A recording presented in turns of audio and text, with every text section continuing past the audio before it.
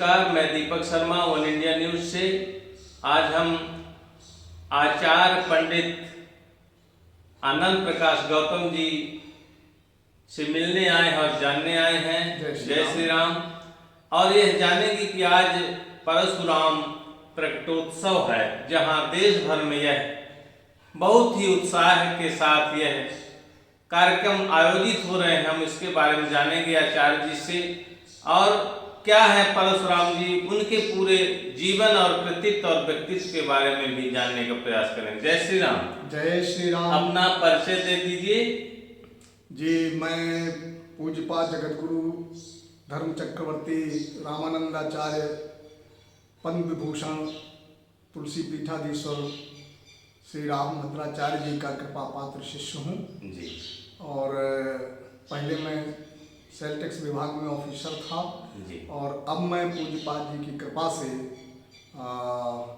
अब समाज के लिए, सनातन संस्कृति के लिए नई विधा से संस्कृति के जो संस्कार हैं वो युवाओं तक पहुँचें, तो उनकी वैज्ञानिक अवधारणा क्या है, इस विषय को लेकर के मैं समाज में अपने जो भी पूज्यपाद जी का दिया हुआ आशीर्वाद है उसको बांटता हूँ।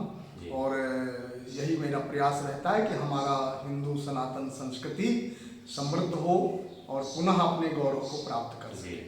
आचार्य जी, आज परशुराम प्रकटोत्सव है जो देश भर में बहुत ही उत्साह भरे माहौल में मनाया जा रहा है। साथ ही अपने यह मध्य प्रदेश के सतना शहर में कई जगह आज विभिन्न कार्यक्रम आयोजित हो रहे हैं परशुराम जी के प्रकटोत्सव को लेकर। क्या कहेंगे आप उनके जीवन को लेकर? जी शर्मा जी, आज भगवान परशुराम जी का प्रकटोत्सव है जी। भगवान धर्म के लिए अवतार लेते हैं। यदा यदा ही धर्मस्य ग्लानिर्भवति भारतो अभ्युत्थानम् अधर्मस्य तदात्मानं सृजाम्यहम्। परित्राणाय साधूनां विनाशाय च दुष्कृतां धर्म संस्थापनार्थाय संभवामि युगे युगे। धर्म की स्थापना के लिए भगवान युगों युगों में प्रकट होते हैं, अपना अवतार ग्रहण करते हैं। तो भगवान परशुराम का नाम भी केवल राम था, आपको बताऊं मैं, राम नाम था उनका। लेकिन जब वो शिव जी की तपस्या से उनको फरसा मिला शस्त्र के रूप में, अलौकिक दिव्य, तब से उनका नाम परशुराम हो गया। वो भगवान के 6वें अवतार थे और उस समय जो क्षत्रिय जाति के राजा लोग थे, क्षत्रियों का रचना धर्म की रक्षा के लिए की गई है, लेकिन वो स्वयं धर्म पर भारी पड़ रहे थे और विभिन्न अनैतिक कार्य कर रहे थे, धर्म की उनसे अवनति हो रही थी। उसको देखते हुए परशुराम जी को अवतार ग्रहण करना पड़ा और उन्होंने ऐसे अधर्मी राजाओं को 21 बार संसार से खाली कर दिया और वो जमीन जो जीती उन्होंने पूरे द्वीपों, 7 द्वीपों में, वो सब उन्होंने ऋषियों को दान भी कर दिया, अपने पास कुछ नहीं रखा। अब जहाँ तक भगवान परशुराम जी के जन्म का प्रश्न है तो बहुत कम लोग जानते हैं, और भगवान का भी जिस तरह से भगवान राम का जन्म चरु से हुआ था, खीर से हुआ था, उसी तरह से भगवान परशुराम जी का जन्म भी खीर से ही हुआ था। खीर उनके पिताजी का जन्म, क्योंकि उनके पिता थे भृगु के पनाती, कह लीजिए ऋषिक ऋषि। ऋषिक ऋषि अपने समय के बहुत ही तपस्वी, योगी, विद्वान ऋषि थे। सारी सिद्धियां उनके पास थी, लेकिन वे चाहते थे कि सनातन संस्कृति के कल्याण के लिए मैं ऐसा पुत्र पैदा करूं जो धर्म की रक्षा कर सके, भगवान का ही अवतार हो। इस उद्देश्य से वो अपने लिए पत्नी की खोज कर रहे थे। जब उन्हें गाधी ऋषि, गाधी जो राजा थे, उनकी पुत्री सत्यवती मिली, तो उन्होंने कहा कि ये बड़ी धार्मिक और बड़ी देवी संपत्ति से समन्वित बालिका है, राजकुमारी है, गाधी राजा थे और ये मुझे चाहिए। तब ऋचिक ऋषि ने गाधी राजा से उनकी पुत्री सत्यवती मांगी।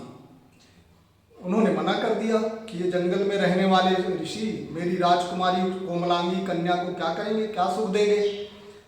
तो ऋषि ने कहा मैं श्राप दे दूंगा।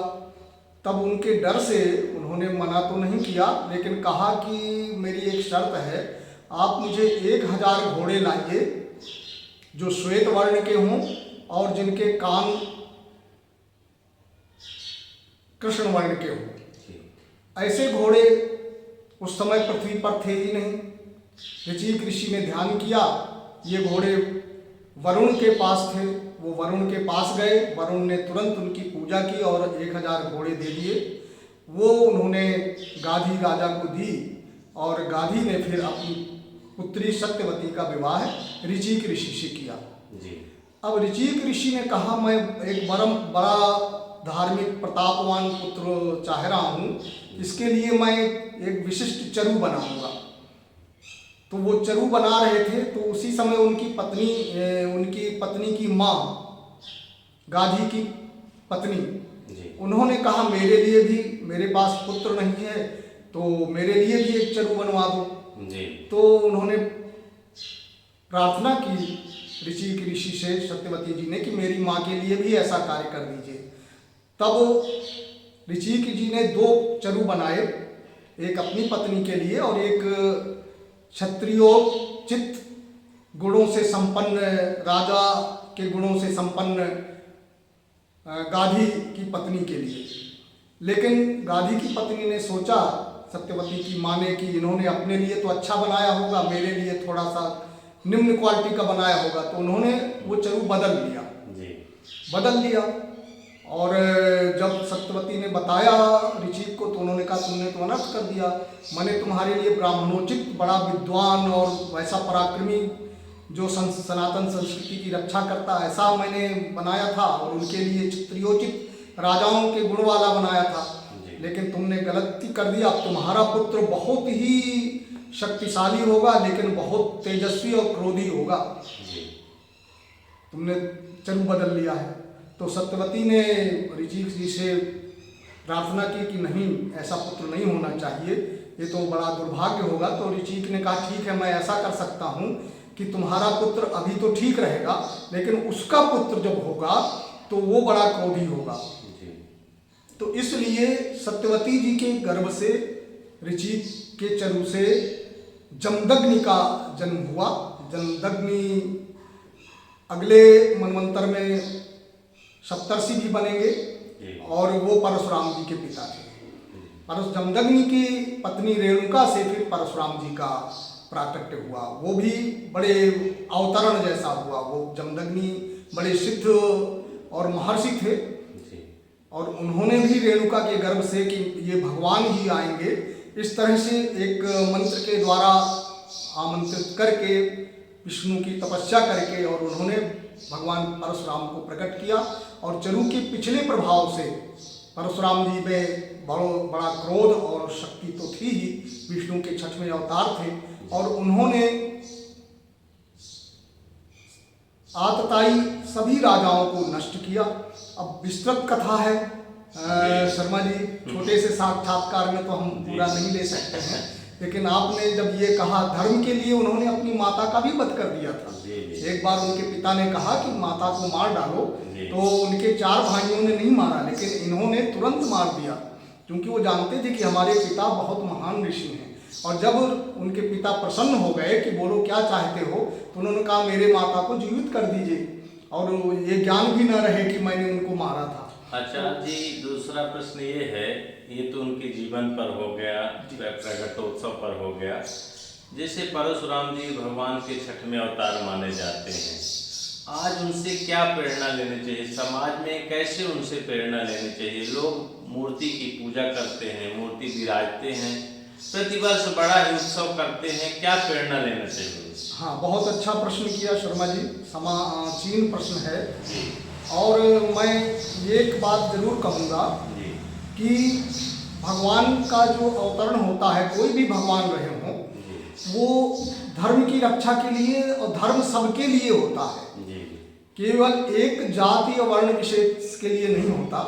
इसलिए मैं ये कहूँगा कि केवल ब्राह्मणों के ही भगवान नहीं थे परशुराम जी। वो तो अभी भी जीवित हैं, अभी भी पृथ्वी पर हैं और अगले मनवंतर में वो सप्तर्षि भी होंगे परशुराम जी। उन्होंने द्वापर में भी उन्होंने भगवान कृष्ण को सारे शस्त्र दिए, भीष्म को, कर्ण को, द्रोणाचार्य जी को शिक्षा दी शस्त्र विद्या। और उन्होंने अपने जीवन से ये बताया कि धर्म के लिए, जब धर्म की रक्षा की बात हो तो शस्त्र और शास्त्र दोनों आवश्यक है। केवल शास्त्रों के द्वारा ही धर्म की रक्षा नहीं हो पाएगी। शास्त्रों के द्वारा हम ज्ञान विज्ञान तो बता सकते हैं, लेकिन आतताइयों को मारने के लिए, दुष्टों को मारने के लिए सठे साठ्यम समाचरेत जो हमारा शास्त्र कहते हैं, उसकी रक्षा के लिए हमको शस्त्र की भी आवश्यकता है। और परशुराम जी के रूप में आकर के उन्होंने भगवान शंकर की तपस्या करके परशु शस्त्र प्राप्त किया, धनुष बाण भी प्राप्त किए और उन्होंने 21 बार आतताई क्षत्रियों से संसार को मुक्त करके रखा। और हमारे देवी देवता भी आप देखते हैं दीपक जी कि हमारे देवी देवताओं के जो किसी के 2 हाथ हैं, 4 हाथ हैं, दुर्गा जी के इतने हाथ हैं, वो सब शस्त्र धारण किए हैं। ये शस्त्र क्यों धारण किए हैं? ये शोभा के लिए नहीं है, ये धर्म की रक्षा के लिए है। और जहां तक हमारी देवी भी, महिषासुर मर्दनी भी शस्त्रों को लेकर के स्त्री होते हुए भी उन्होंने वध किया, युद्ध किया। तो हमारे उनका संकेत है परशुराम जी का कि धर्म के लिए हमको अगर शस्त्र की आवश्यकता है तो हम शस्त्र को उठाने में पीछे ना रहें।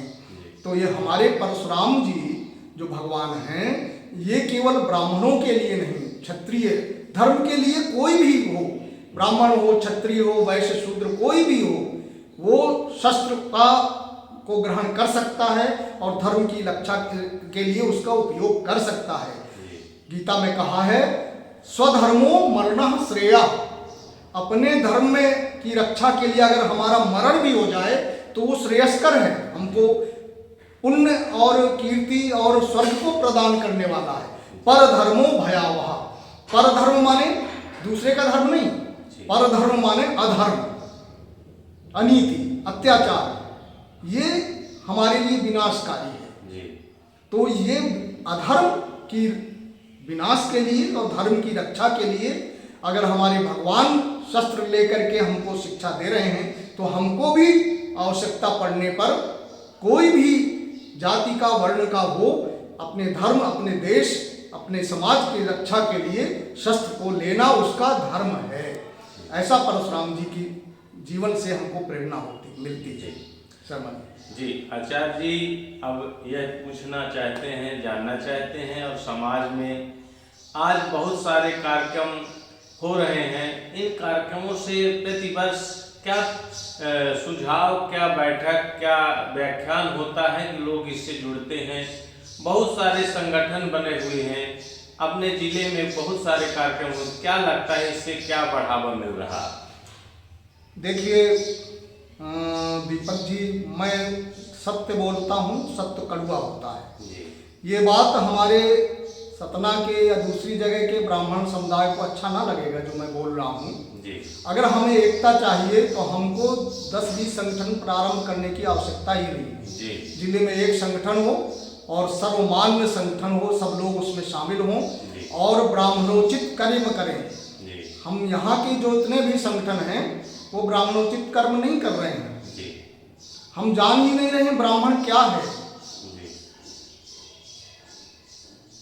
ब्राह्मण अगर वो संध्या नहीं करता है, गायत्री नहीं करता है 3 दिन, तो ब्राह्मण नहीं रह जाता है। ऐसा ब्रह्मवैवर्त पुराण में है। उसको फिर प्रायश्चित करके पुनः यज्ञोपवीत धारण करना पड़ता है। और हम देखते हैं जो धर्म की ध्वजा में ब्राह्मणों का संगठन लेकर के चलते हैं, वो स्वयं यज्ञोपवीत धारण नहीं करते हैं, न संध्या करते हैं, न गायत्री करते हैं, न खान पान के विचार में उनका कोई मतलब है। ये केवल एक राजनैतिक और अपने स्वार्थ को जगाने के लिए काम कर रहे हैं। और ये वास्तविकता है जो मैं कह रहा हूँ, ये कटु वास्तविकता है। क्योंकि मैंने यहाँ देखा है, सब संगठनों को देखा है, तो हमको तो अंदर से दुख होता है। हाँ, ये सुधार कर ले, सभी ब्राह्मण एक हों, ब्राह्मणत्व क्या है इस बारे में चर्चा करें। केवल रैली निकाल लेना क्या सो करता है? कुछ नहीं। पहले हम ब्राह्मण तो बने, ब्राह्मण क्या होता है ये तो जाने। तो मेरा सूक्ष्म में यही संकेत है कि इसमें चर्चा केवल धर्म की हो, ब्राह्मण के क्या गुण होना चाहिए, कैसा क्या है, और हम त्याग तपस्या ये सब सीखें, तब हम ब्रह्म तेज को धारण कर पाएंगे, तब हम ब्राह्मण बन पाएंगे। नहीं, हम ब्राह्मण नहीं हैं। आज कार्यक्रम शुरू है शहर में, आप भी कुछ कार्यक्रम अटेंड करेंगे, क्या क्या कार्यक्रम होते हैं वहाँ पर? जी, मुझे पिछले वर्ष भी बुलाया गया था 1-2 जगह जी, और इस बार भी बुलाया गया है जी। तो वहाँ पर कहीं रैली भी निकाली जाती है, भंडारा होता है जी, और यज्ञोपवीत भी होता है जी। तो हम तो केवल वांग्मयी सेवा, जो शब्दों के द्वारा सेवा है, वही कर पाते हैं जी। और उस सेवा में हम कटु कटु बोल देते हैं। तो और वो बोलना समय की जरूरत है, क्योंकि जब व्यक्ति बीमार होता है तो बीमार के लिए कड़वी गोली या इंजेक्शन की भी आवश्यकता होती है, आवश्यकता पड़े तो ऑपरेशन की भी आवश्यकता होती है जी। तो हम तो वाणी के द्वारा उनका ऑपरेशन करने की जरूर प्रयास करते हैं। अब वो ठीक नहीं होना चाहते, अपना रोग नहीं दूर करना चाहती, तो ये डॉक्टर की गलती नहीं है। मैं तो दीपक जी आपके माध्यम से इतना ही कहूँगा कि वहाँ जहाँ मैं जाऊँगा वहाँ भी यही बात कहूँगा। अब वो जानते हैं, समझते हैं, नहीं समझते हैं, ये उनके ऊपर है, लेकिन मैं आपके माध्यम से, क्योंकि आप किसी ब्राह्मण संगठन के व्यक्ति नहीं हैं, आप मीडिया के व्यक्ति हैं और मीडिया सत्य को ही समाज में प्रकाशित करता है, ये उसका मीडिया का धर्म होता है। तो मीडिया कटु सत्य भी मीडिया के सामने बोला जा सकता है, इसलिए मैं बिना किसी, वहाँ तो मैं हो सकता है मंच में किन्ने बुलाया उनका थोड़ा संकोच करके मैं ज़्यादा वो ना कह पाऊँ, लेकिन आपके माध्यम से मैं जरूर दीपक जी कहना चाहूँगा कि हम परशुराम जयंती के दिन परशुराम जी के चरित्र से सीखें, ब्रह्म तेज को धारण करें। ब्राह्मण के जो गुण हैं, परशुराम जी महान योगी थे, उन्होंने सप्त चक्र भेदन किया था जब शंकर जी की तपस्या की थी। इस बारे में कोई जानता नहीं है, कोई चर्चा भी नहीं करता है। तो ये जाने हम और उनका जैसा चरित्र निर्माण करें। अभी तक उन्होंने विवाह नहीं किया कभी, और अभी भी वो विचरण कर रहे हैं, अभी भी धर्म के लिए वो कार्य कर रहे हैं। तो हम उनके बारे में, ब्राह्मणत्व के बारे में जाने, समझें और फिर समाज के लिए अपना योगदान करें, तो हमको भी संतुष्टि होगी और समाज के लिए भी हमारा जयंती मनाना या जन्मोत्सव, प्राकटोत्सव मनाना सार्थक होगा और उससे परशुराम जी भी प्रसन्न होंगे। लेकिन परशुराम देख रहे होंगे, क्योंकि वो तो धरा में हैं, उनकी मृत्यु नहीं हुई है, धरा में हैं और सूक्ष्म रूप में सब जगह है, लेकिन उनकी आत्मा ये सब देख करके, केवल दिखावटी शोबाजी देख करके प्रसन्न नहीं हो रही होगी, क्योंकि इससे धर्म की कोई उन्नति नहीं हो रही है। इसलिए हम चाहते हैं कि इससे संदेश जाए आपके माध्यम से। शर्मा जी, आप आ जाते हैं, हमारे कटु वाणी आप समाज को देते हैं, ये मुझे तो अच्छा लगता है। भले ही समाज को थोड़ा सा बीमार व्यक्ति तो नहीं दवाई खाना चाहता, ऑपरेशन नहीं कराना चाहता, लेकिन क्या करें, आवश्यक है। शायद कोई समझ जाए आपके माध्यम से, कोई उदार हृदय ब्राह्मण, धन संपन्न ब्राह्मण, जो ऐसी बातों को समाज में प्रचारित करवा सके और उससे उनके हृदय में बैठे परशुराम जी उनको भी जागृत कर दें और धर्म के लिए वो कार्य कर सकें। तो मेरी केवल यही आकांक्षा है आपके माध्यम से, और यही संदेश है कि हम सब हमारे राष्ट्र के लिए, हमारी संस्कृति के लिए, हमारे धर्म के लिए अपने कर्तव्य पर चलें और भगवान परशुराम जी को तभी हम अपनी श्रद्धा सुमन अर्पित कर पाएंगे।